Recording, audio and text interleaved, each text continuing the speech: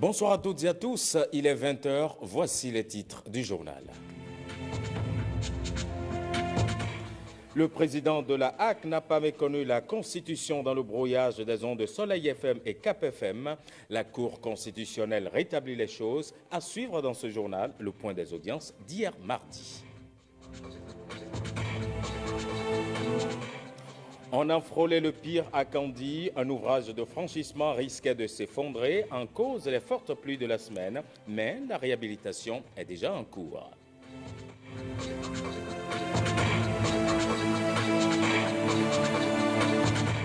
Plus de baptême religieux sans acte de naissance du nouveau-né à Parakou. L'édile de la ville a rencontré les imams et autres responsables religieux musulmans pour des explications.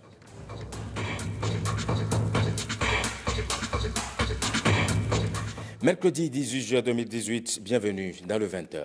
Le projet de loi portant statut spécial des personnels de la police républicaine est bien conforme à la Constitution et le président de la HAC n'a pas méconnu la Constitution dans le brouillage de Soleil FM et de Cap FM. Voilà 2 des 6 nouvelles décisions que la Cour constitutionnelle a rendues lors des audiences publiques d'hier. Compte rendu, le Naïk Agbazaou, Igor Ayosso. Article 1er, le président de la République n'a pas violé la Constitution. Article 2, la présente décision sera notifiée à M. Rigobert Mathieu Fiovi, au président de la République, et publiée au journal officiel. Ainsi en a décidé la Cour quant au recours formulé par M. Rigobert Mathieu Fiovi, étudiant en droit. Recours en inconstitutionnalité du décret numéro 2017-502 du 24 octobre 2017 portant transmission à l'Assemblée nationale du projet de loi portant statut spécial des personnels de la police républicaine. En ce qui concerne les recours de messieurs Serge Roberto Prince Agbodjan et Landry Adelakun, formulés respectivement pour violation de la Constitution par M. Adam Bonitessi, président de la HAC, pour inaction dans le cadre de la brouille des émissions de Soleil FM et de Cap FM et violation des articles 24 et 142 de la Constitution et 9 de la Charte africaine des droits de l'homme et des peuples par la HAC, la Cour décide. Considérant qu'il résulte des dispositions visées que si la haute autorité de l'audiovisuel et de la communication est habilitée à réguler les médias, elle ne peut le faire que conformément aux dispositions et procédures constitutionnelles. Considérant qu'en l'espèce, il n'est établi aucune violation des textes ci-dessus visés, que dès lors, il y a lieu de dire que le président et les membres de la haute autorité de l'audiovisuel et de la communication n'ont pas méconnu la Constitution. Décide, article 1er, le président et les membres de la haute autorité de l'audiovisuel et de la communication n'ont pas méconnu la Constitution. Les recours formulés par messieurs Amédée Villon-Serge Ouensou et Nestor Hongbo demandant de déclarer contraire à la Constitution la promulgation par le président de la République des lois numéro 2016-16 du 28 juillet 2016 modifiant et complétant la loi numéro 2008-07 du 28 février 2011 portant code de procédure civile, commerciale, sociale, administrative et des comptes, et numéro 2016-15 du 28 juillet 2016 modifiant et complétant la loi 2001-37 du 27 août 2002 portant organisation judiciaire en République du Bénin sont jugés irrecevables. Aussi, la Cour se déclare-t-elle incompétente pour la requête de M. Elom Bossou, formulée pour inconstitutionnalité de la note de service numéro 304-MEF-DC-SGM-DGI portant suspension de la validation, de la compensation et de la consommation des crédits d'impôt AID intérieur, AID au cordon douanier et crédit d'impôt suite au paiement des acomptes provisionnels du 11 mai 2017. Enfin, la Cour se déclare également incompétente pour la requête de M. Fiagrielian Espérance Dossou, requête relative à une plainte contre le ministère de la Fonction publique, du Travail et des Affaires sociales dans le cadre de l'organisation du concours de recrutement des agents permanents de l'État au profit du ministère de l'Économie et des Finances. L'article 124, alinéas 2 et 3 de la Constitution énonce que les décisions de la Cour constitutionnelle ne sont susceptibles d'aucun recours. Elles s'imposent au pouvoir public et à toutes les autorités civiles militaire et juridictionnel. En marge de l'audience publique, le professeur Joseph Djogbenou a reçu Ulrike Bick, juge à la Cour administrative fédérale d'Allemagne. À sa sortie d'audience, elle s'est notamment prononcée sur les réformes relatives aux audiences publiques à la Cour constitutionnelle. L'hôte de Joseph Djogbenou a été introduite au cabinet du président de la Cour par Dandy Yamou, agrégée des universités et conseillère à la Cour suprême. Les deux sont ici au micro de l'UNAIC à Gbazaou. Chez nous, c'est complètement normal et je trouve que c'est nécessaire d'avoir des audiences publiques parce que ça doit être transparent et ouvert pour le public. Je fais un stage ici à la Cour suprême au Bénin. C'est pour 2 semaines et j'ai assisté à plusieurs audiences à la Cour suprême d'abord. Et je voulais bien voir aussi la Cour constitutionnelle parce que j'étais assistante juge à notre cour constitutionnelle à Karlsruhe. Et c'est pourquoi je suis très intéressée de voir la procédure. Et c'était intéressant pour moi de voir votre procédure. Ça ne ressemble pas beaucoup à notre procédure parce que chez nous, ce n'est pas un rapport qui est donné, mais nous avons seulement une audience publique avec les requérants et avec les experts qui donnent des avis aux juges. Et nous n'avons pas beaucoup d'audiences publiques à la Cour constitutionnelle à Karlsruhe, seulement 10 ou 12 par an. Et j'ai compris que vous avez ici beaucoup plus d'audiences publiques et c'était intéressant pour moi de voir votre procédure. Et en plus, je me suis intéressée c'est le règlement interne et j'ai compris que c'est maintenant, on a changé ça, c'est maintenant public et ça c'est très intéressant pour moi aussi. Je vais voir ce règlement plus tard. L'appréciation que je peux en faire, c'est ce que j'ai suivi. Je suis venue avec une de nos collègues allemandes qui est juge fédérale et je suis arrivée, je me suis installée comme tout le monde. J'ai vu que l'audience commence très à l'heure et cette audience est une audience où on présente en réalité les rapports des conseillers, c'est-à-dire que celui qui s'est occupé du dossier explique comment il entrevoit le dossier, explique qui sont les parties, la question de droit qui se pose, la discussion sur ces questions de droit et la position de ce conseiller rapporteur. C'est une procédure assez intéressante, en tout cas assez rapide finalement. On a eu 8 dossiers qui ont été traités en moins d'1 heure, en tout cas. La présentation du rapport a été assez rapide et c'est certainement j'allais dire la réponse, mais la suite logique d'une audience qui s'est faite avant où les parties ont déjà eu l'occasion d'exprimer les unes les autres leur avis, leur motivation sur le recours. Donc pour moi, c'est une procédure qui est concise, précise et rapide. Le Bénin soutient l'introduction des sports boules dans les Jeux olympiques de Paris 2024. Vice-champion du monde dans cette discipline, c'est notre pays qui va organiser les Masters de pétanque. Reçu en audience, le président de la Fédération internationale de pétanque et jeux provençal et le président de la Confédération africaine des sports boules ont fait le tour de cette actualité avec le ministre des Affaires étrangères et de la coopération. Ghislain Poguet, Moussesla Sawaïmo. Les échanges ont tourné autour du respect des dispositions prévues par l'accord de siège de la Confédération africaine des sports boules, de l'organisation par le Bénin des Masters en décembre prochain et du rayonnement du Bénin en Afrique et dans le monde. À ce sujet, le président de la Confédération africaine des sports boules reconnaît au gouvernement ses efforts pour le rayonnement du Bénin à l'international. Vous avez révélé davantage le Bénin au monde de par vos actions et vous vous êtes révélé vous-même au peuple béninois. Et le ministre des Affaires étrangères de reconnaître à l'occasion les résultats que produisent les efforts des responsables au Bénin et au niveau africain des sports boules. Vous aussi, à votre manière, vous révélez notre pays. Vous aussi, vous contribuez à faire en sorte que l'image du Bénin soit une belle image. Ce que le président Talon demande de faire, c'est faire en sorte que le pays apparaisse comme ce qu'il est vraiment. Un pays de gens dignes, un pays de gens qui doivent travailler, un pays qui veut se battre pour se hisser au niveau où il estime qu'il doit être, c'est-à-dire au niveau des pays qui gagnent. Le Bénin gagne par les sports boules. Il est vice-champion du monde. Une deuxième place qui lui procure une visibilité certaine dans le monde. Grâce aux boules et grâce à la pétanque, le Bénin est connu maintenant dans plus de 170 pays Bien sûr, il y a d'autres choses au Bénin, mais maintenant tout le monde bouliste connaît le Bénin, parce que le président Idrissou, qui préside la Confédération africaine, a développé ce sport sur l'Afrique entière. Il a fait entrer la pétanque à Luxa, il l'a fait entrer aux Jeux africains, ce qui était une grande première. L'autre grande première, c'est l'organisation future au Bénin des Masters, un événement international dont le Bénin hérite grâce à ses résultats et à la forte volonté de Idrissou Ibrahima, soutenu par le président de la Fédération internationale de pétanque et de jeux provincial et le gouvernement béninois. C'est tout naturellement que le président Talon a donné des instructions pour que, pour les Masters, on fasse le maximum pour que les choses se passent bien ici. Pour ce qui concerne l'accord de siège de l'instance continentale de la discipline, les obligations sont respectées et le gouvernement félicite la Confédération africaine.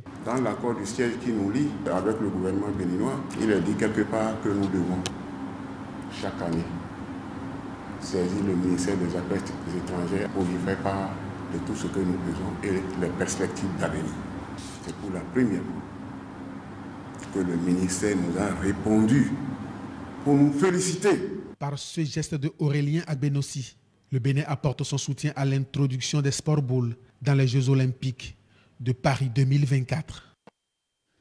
Direction Dogbo, c'est dans le département du Koufo. Le député David Baungba a rencontré ses mandants dans cet exercice habituel de compte rendu. L'élu de la 12e circonscription électorale a discuté avec ses populations des derniers sujets qui ont fait l'actualité au Parlement. Le point avec Cyprien Lokossou et Évariste Zoman. Échange à bâton rompu. Ils n'ont pas du tout parlé en français, mais plutôt en Adjagbe, le patois du Koufo. Pendant près de 2 heures, David Baungba a fait le compte rendu des dernières actualités de l'Assemblée nationale et lancé le débat au sein de sa famille politique. On nous avait fait comprendre la nécessité de modifier un peu notre constitution, histoire de permettre un certain nombre de choses qui causent du tort aux réformes exprimées par le président de la République. Et la population, comme vous-même vous l'avez constaté, est prête à accompagner le président de la République dans ces réformes. Et en ce qui concerne les réformes que nous avons nous-mêmes proposées, c'est-à-dire la révision de la Constitution, ça c'est une action parlementaire. La population également souhaiterait savoir les raisons pour lesquelles la minorité parlementaire a rejeté cette proposition. Nous l'avons expliqué et la population est satisfaite de notre position quant à notre vote exprimé par le oui. Et elle nous encourage à poursuivre dans la même direction, surtout celle qui va conduire le Bénin vers le développement que la base souhaite. L'exercice en valait la peine et ceci dénote de la curiosité et la soif de comprendre des populations à travers le questionnement. On se voit régulièrement pour demander à notre représentant comment ça se passe, quelles sont les difficultés qu'il y a, est-ce qu'il arrive à remonter au président les problèmes que nous avons à la base. Et ça, une fois tous les 2 mois, une fois tous les 3 mois, on se retrouve pour échanger.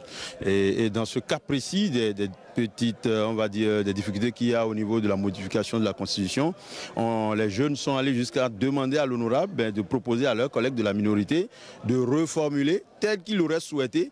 Pour que ça passe, ils n'ont qu'à reformuler pour que les réformes se fassent et qu'on avance. Le parti Alliance Unie pour Agir est bel et bien dans la mouvance présidentielle et soutient totalement, sans condition, les programmes du président Patrice Talon.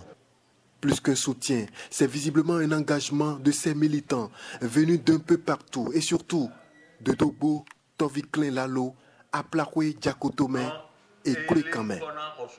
Allons maintenant à Kandi où on a frôlé le drame. Les grosses pluies de cette semaine ont avalé un pan de la chaussée et vous allez le voir, un soubassement emporté avec un gros risque d'effondrement de la route inter-État numéro 2 à hauteur de Kandi. Mais la réaction a été prompte pour la réhabilitation de l'ouvrage. Judicaël Ayenan, Aziza Lagbe. Sous l'influence des eaux de canalisation, les bus d'écoulement de l'ouvrage sont mis à nu. Le soubassement de la route emporté, seule une mince couche de bitume recouvre le grand vide intérieur. Le remblai sous la chaussée est complètement parti et a rendu la chaussée en porte-à-faux. Il y a un risque, tout véhicule qui y passerait pourrait causer la cassure de la chaussée. Nous sommes en train de baliser les lieux et empêcher la circulation. Après constat, Autorités politiques et administratives agissent. C'est un danger potentiel. Le pont est en train de céder entièrement. C'est déjà au moins à la moitié. Donc on ne va pas prendre le risque de laisser les gens circuler dessus. On le ferme entièrement. Même les piétons passeront ailleurs, pas ici. Aujourd'hui, si cet ouvrage cède, les autres pays seront coupés du Bénin forcément. Par rapport à cette situation, les dispositions ont été prises. Il y a les déviations qui ont été arrêtées de commun accord. Mais nous avons également informé le directeur en charge des infrastructures pour le compte de Bogo et la Libori, qui nous a rassuré de ce que, à partir de ce jour, le matériel est disponible et ce matériel sera convoyé à Kandi.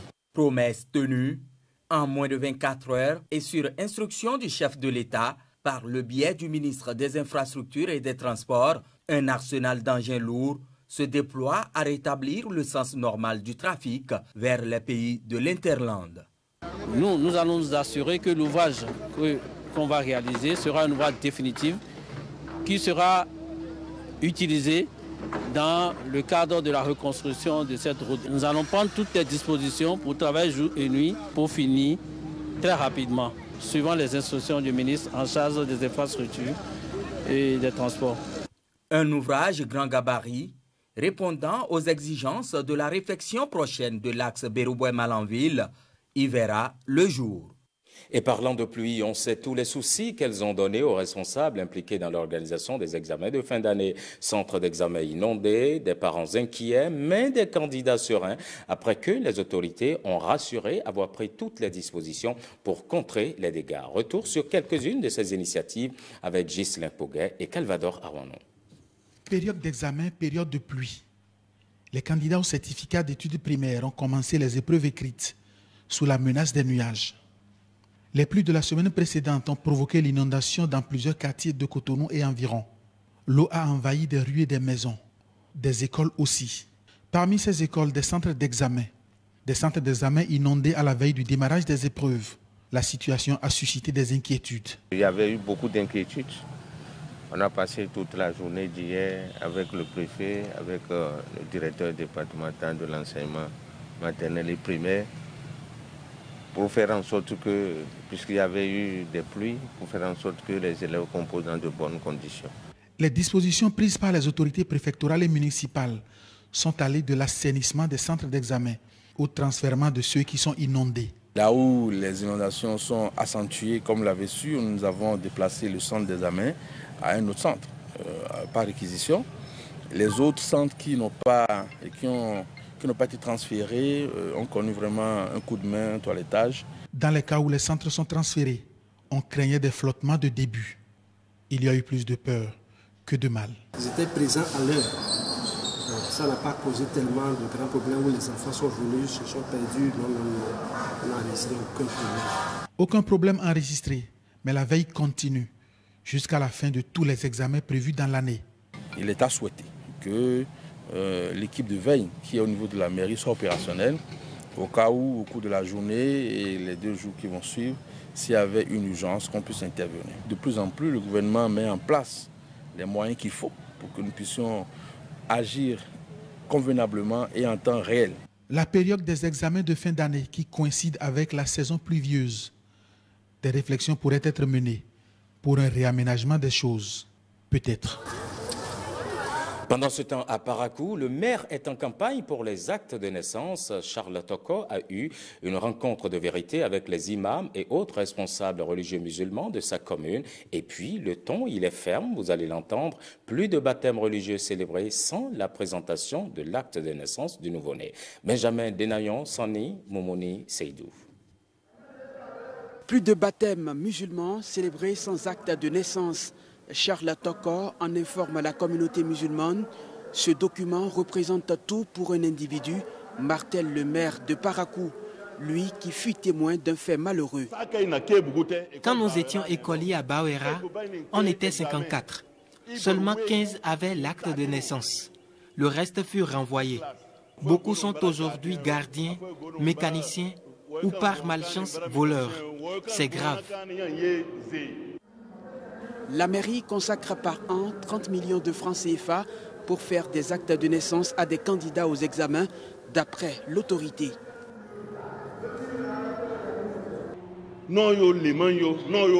Ce qu'on vous demande, vous les imams, les alphas, si on vous sollicite pour un baptême, exigez l'acte de naissance. Sinon, après 21 jours, l'enfant ne pourra être déclaré.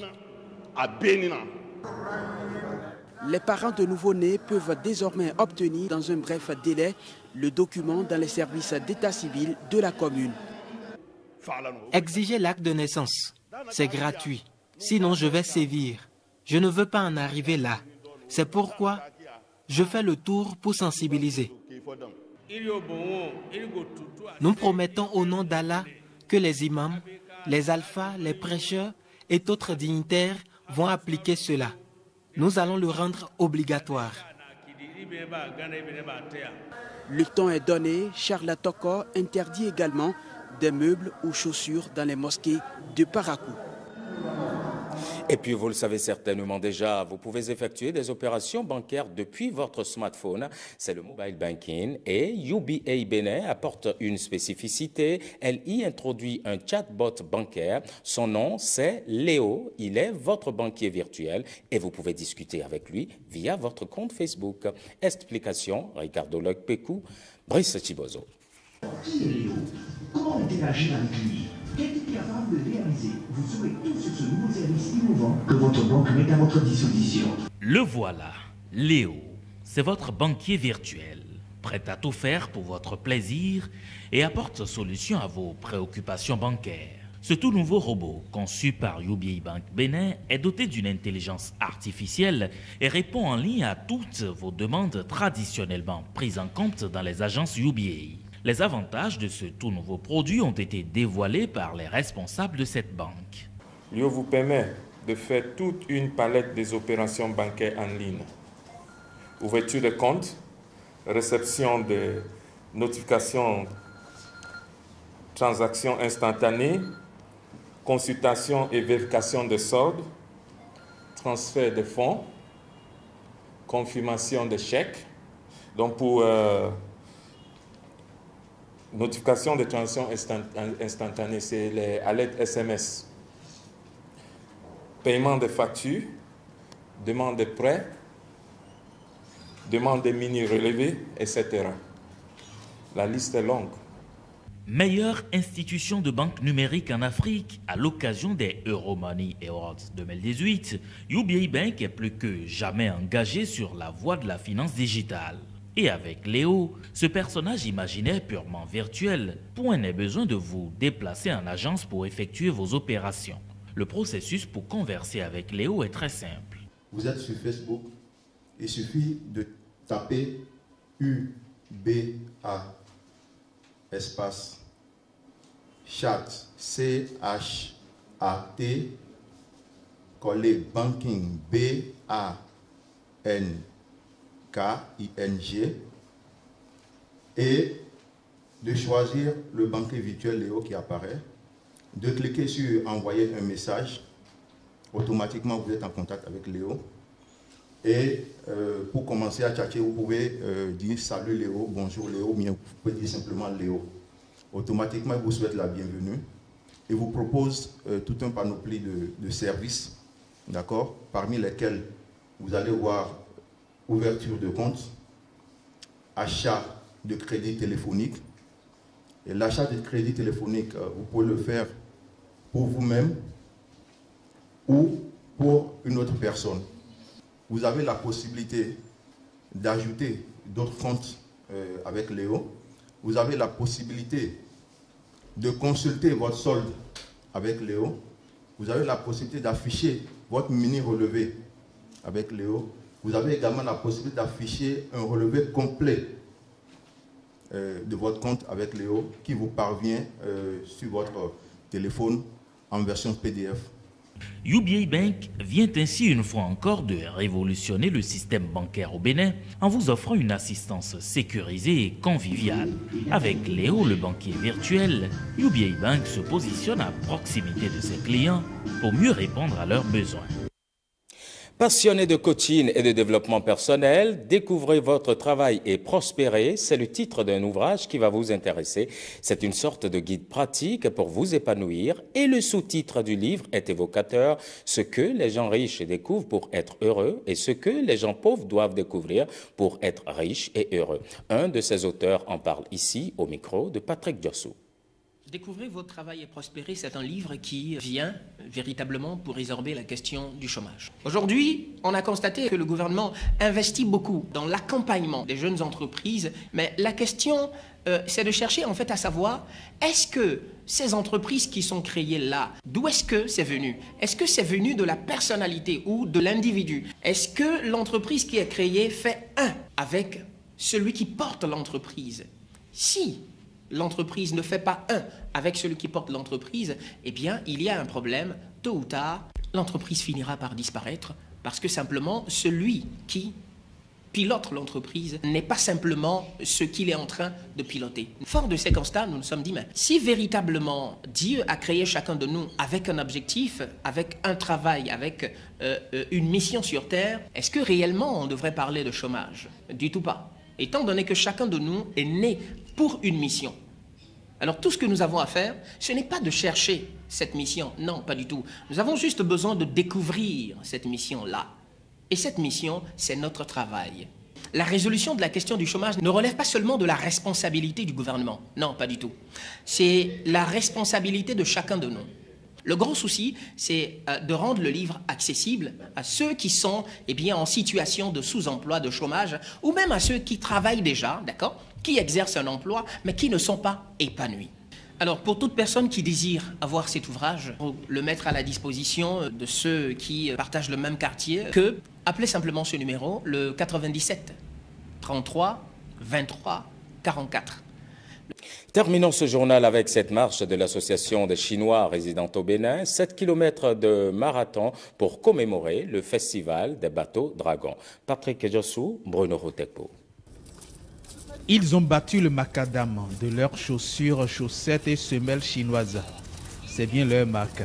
Ils sont de nationalité chinoise. Macadam battu, non pas pour une marche de soutien-attestation ou de camisole protestation, mais pour un marathon de maintien sanitaire. Nous espérons renforcer la solidarité entre les Chinois résidant au Bénin. Une marche de 7 km de distance qui cela se fait un déjeuner groupé.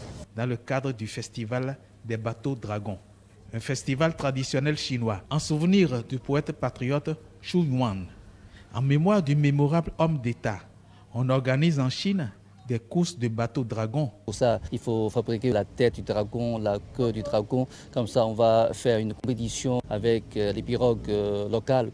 En Chine, on déguste des gâteaux de riz glutineux. Une sorte de gâteau enveloppé par les feuilles de roseau. Dedans, il y a du riz. Dans le sud de Chine, on met de la viande dedans. Et au nord, c'est plutôt sucré, quoi. Au Bénin, ils ont marché. Ces Chinois du Bénin qui étaient en compagnie des Béninois de la Chine, ceux-là formés dans l'Empire du Milieu.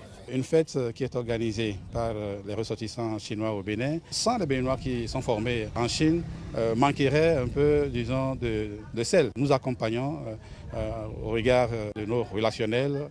Pour Ya Juanchi, épouse Adjala, d'autres événements feront parler désormais de l'ACRB, Association des Chinois résidant au Bénin, qui a sa première manifestation couverte par la presse et qui prévoit un prochain rendez-vous. La fête de l'indépendance chinoise qui aura lieu le 1er octobre. En attendant le lundi 1er octobre 2018, les drapeaux béninois et chinois flottent déjà pour la coopération synchronisée, en symbiose, en osmose, en apothéose. C'est la fin de ce journal. Merci de l'avoir suivi. Bonne suite des programmes en notre compagnie.